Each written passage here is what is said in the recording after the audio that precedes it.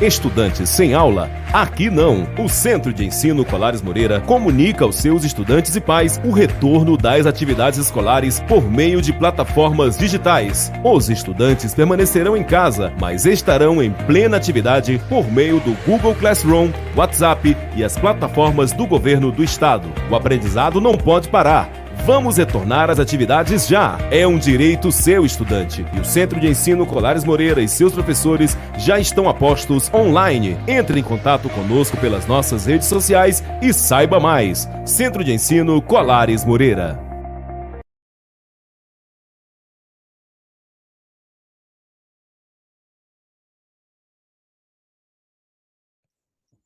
Olá, alunos, tudo bem?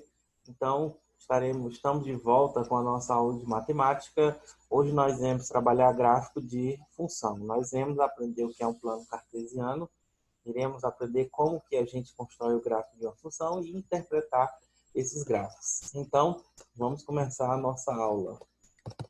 Então, atividades remotas de matemática do primeiro ano, tá? Então, a primeira coisa que nós devemos aprender é o que vem a ser um plano cartesiano, tá, ok? Um plano cartesiano, ele é um sistema cartesiano formado por duas retas reais perpendiculares entre si e que se cruzam no ponto zero, tá? Se cruzam num ponto chamado de origem. Então, vamos lá interpretar essa afirmação. São retas perpendiculares, são retas que se cruzam formando ângulo reto, ângulo de 90 graus, e o ponto de cruzamento entre elas é chamado de origem, tá bom? Aí ele diz mais, cada reta do sistema cartesiano frequentemente representa um eixo que são denominados por OX e OY. Então, o que é que ele quis dizer? A reta horizontal é também chamada de eixo X ou eixo das abscissas. E o eixo vertical é o eixo Y, também chamado de eixo das ordenadas. Eu peço que vocês associem abscissa com X e ordenada com Y, tá certo? Onde é importante também destacar o que? Em relação à origem, tudo que está para a direita do eixo X é a parte positiva. Tudo que está para a esquerda é a parte o quê? Negativa de X. Em relação à origem, tudo que está para cima é a parte positiva de Y. O que está para baixo é a parte negativa de Y. E a gente observa o quê? Que quando se constrói um plano cartesiano, ele vai dividir a minha expressão... Desculpa, gente, desculpa. Coisas que acontecem, tá? Então, ele vai dividir essa região em 4 regiões chamadas de quadrantes, tá certo? Os quadrantes, eles irão obedecer o sentido anti-horário, primeiro quadrante, segundo quadrante, terceiro quadrante, por finalizar o quarto quadrante, tá ok? Onde, o que é que eu represento num plano cartesiano? Pares ordenados, tá bom? A gente vai já comentar isso daí, tá bom? Então, paramos aqui. Cuja primeira vantagem é associar cada ponto do plano a um par de números reais. Assim, o ponto A do plano corresponde a um par ordenado MN, com MN pertencente aos reais. Está aqui, ó, o ponto M e o N. O eixo horizontal OX é chamado de eixo das abscissas, como já comentamos, e o eixo vertical OY é o eixo das ordenadas. Esses eixos dividem o plano cartesiano em 4 regiões chamadas de quadrantes, como também já comentamos. Mas vamos aqui destacar um pouco o que vem a ser um par ordenado. Então, um par ordenado é etimologicamente par da ideia de 2, e ordenado de quê? De ordem. Então, é um conjunto formado por 2 elementos que obrigatoriamente seguem uma ordem. O primeiro valor é de x, o segundo valor é de y. Então, olha o que ele diz. No par ordenado x, y, x é a primeira coordenada e y é a segunda coordenada, sendo x e y números reais. Olha, ok, pelo que a gente comentou.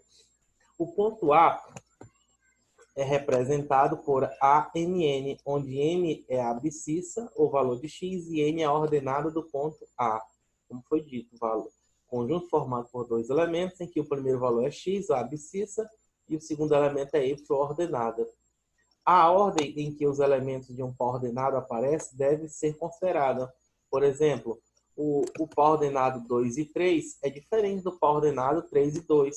Como o próprio nome está dizendo, é ordenado. A ordem influencia, tá bom, gente?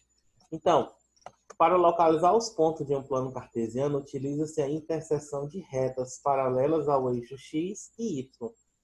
Analise os pontos do plano cartesiano abaixo. A origem, aquele que é o ponto de cruzamento das retas, é representado pelo coordenado 0, 0. Tanto o valor de x quanto y é 0. O coordenado 2 e 4 corresponde ao ponto A.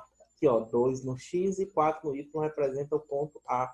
Observa que a primeira coordenada é obtida no eixo x e a segunda coordenada é representada no eixo y. Já comentamos isso, tá bom? O ponto C corresponde ao coordenado... O ponto C corresponde ao coordenado menos 4 e menos 3. Está aqui, ó, menos 4 no x e menos 3 no y. Menos 4 é chamado de abscissa, foi o que eu disse. Todo valor de x a gente também considera como abscissa. E o menos 3, que é no eixo y, também é a ordenada, tá bom? Os pontos E e F estão sobre o eixo das abscissas e, portanto, têm coordenadas iguais a 0. Então, isso é uma condição importante. O ponto E e o ponto F não estão em nenhum dos quadrantes. Eles estão sobre o eixo x, sobre o eixo das abscissas. Qual é a condição para que um ponto esteja sobre o eixo x? Se você observar os dois pares ordenados, basta observar que o valor de y, que o valor da ordenada seja igual a 0. Assim como os pontos D e o ponto B estão sobre o eixo y e não sobre os quadrantes. E qual é a condição para que um ponto esteja sobre o eixo y? Que o valor de x seja igual a 0, que a abscissa seja igual a 0. Tudo bem? Então, eu peço que vocês representem aí no caderno de vocês novamente esses pontos, tá ok? Na lista de questões que a gente vai enviar para vocês, tem todo esse material. Então, como é que a gente então faz a representação gráfica de uma função a partir de pares ordenados? Então, considere a função f, em que o domínio é formado por menos 2, menos 1, 0, 1 e 2, e o contradomínio por 0 e 4. A tabela a seguir mostra algumas representações gráficas possíveis para essa função f. Olha para cá. Aqui abaixo, logo, ele diz que a função é representada por x e a imagem é x ao quadrado. Então, menos 2. Quanto é menos 2 elevado a 2? Ele vai no 4. Menos 1. Quanto é menos 1 elevado a 2? 1. 0. 0 elevado a 2 é 0. 1. 1 elevado a 2? 1. 2. 2 elevado a 2? 4. Então, a gente pode fazer com que tenhamos pares ordenados. De novo, ó, menos 2 com quem? Com 4. A relação apareceu a partir daqui, ó, x, a imagem é x ao quadrado, elevado a 2. Menos 1 com 1. Então, monta seus pares ordenados. Menos 2 e 4, menos 1 e 1, 0, 0, 1 e 1 e 2 e 4. Então, montando aqui na malha, nós vamos ter exatamente esses pontos. E a união de todos esses pontos aí, gente, é que vai formar exatamente o gráfico dessa função, tá ok? Onde o gráfico de uma função é o conjunto de pares ordenados x, y, que tenham x pertencente ao domínio da função f e y igual a f de x. É comum a representação gráfica no plano cartesiano ser considerado o gráfico da função. O gráfico da função é o conjunto de pontos, ou seja, um conjunto de pares ordenados que, em muitos casos, podem ter mais de uma representação gráfica. Analise o exemplo a seguir. Então, a função f de reais em reais, tal que f de x é igual a 2x. Lembre-se em aulas passadas, gente, que a gente lembra que f de x é a mesma coisa de y. E está aqui definido mais uma vez. Então, y é igual a 2x ou f de x é igual a 2x. O gráfico dessa função é o conjunto de pontos g de f, tal que o gráfico da função será os pares ordenados formados por x e a imagem 2x, com x pertencente aos reais. A representação gráfica no plano cartesiano também é o gráfico de f. Olha para cá, gente. Se a gente considerar o zero aqui, 2 vezes 0 é 0. Então, a gente vai ter o par ordenado 0 e 0, que representa a origem. Se for 1, x for 1, ó, x for 1, a imagem vai ser 2 vezes 1, 2. Então, y vai ser 2. Então, vai ter o coordenado 1 e 2. Se for menos 1, 2 vezes menos 1, menos 2. Então, vai ter menos 1 e menos 2. Então, quando eu tiver todos esses pontos, se eu ligar ele, a imagem formada será de exatamente uma reta, tá bom? Então, volto a dizer, o gráfico de uma função é a união de todos os pares ordenados.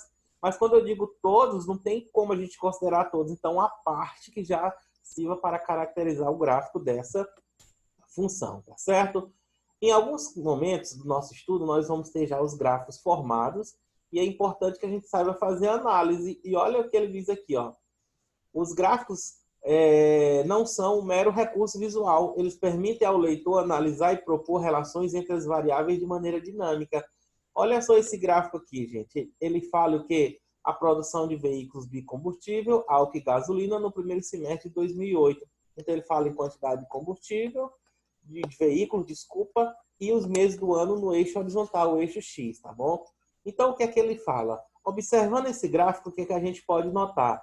O ponto máximo de produção no primeiro semestre de 2008 foi no mês de junho, tá certo? Olha para cá. O ponto máximo de produção, tá, aconteceu no mês de junho. Observa aqui que o ponto mais alto está sendo esse, ó, que representa exatamente o mês de junho. Foi entre 190 mil e 200 mil carros. Então, é para observar isso aqui. O ponto mínimo de produção no primeiro semestre de 2008 foi no mês de janeiro. Olha só como está bem baixinho aqui, ó. Isso aí é mais uma ideia visual que vocês devem ter. De janeiro a abril houve um crescimento, ó. De janeiro a abril houve um crescimento, é verdade, ó. O gráfico está o quê? Está crescendo, tá? Assim como também houve um crescimento de maio até junho, ó. Maio a junho também foi crescente. Houve um decrescimento de abril até maio, ó, o gráfico aqui dizendo que está sendo decrescente. A taxa de crescimento da produção de janeiro a fevereiro foi menor comparado ao do período de fevereiro a abril. Então, ó, por que ele fala isso? Devido à inclinação, ó. Não passou aí, ó, nem de 50 mil carros. Já de fevereiro a abril, como ele coloca aqui, o crescimento foi bem grande, tá bom?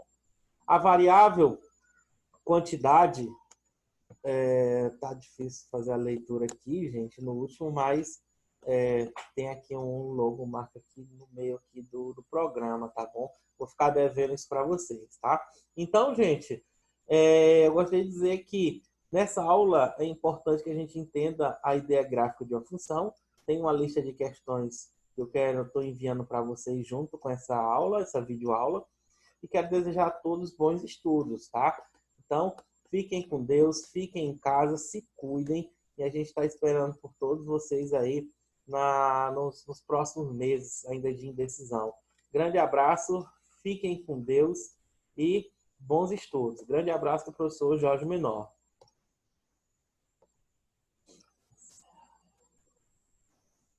Estudantes sem aula? Aqui não! O Centro de Ensino Colares Moreira comunica aos seus estudantes e pais o retorno das atividades escolares por meio de plataformas digitais. Os estudantes permanecerão em casa, mas estarão em plena atividade por meio do Google Classroom, WhatsApp e as plataformas do governo do estado. O aprendizado não pode parar. Vamos retornar às atividades já! É um direito seu, estudante. E o Centro de Ensino Colares Moreira e seus professores já estão a postos online. Entre em contato conosco pelas nossas redes sociais e saiba mais. Centro de Ensino Colares Moreira.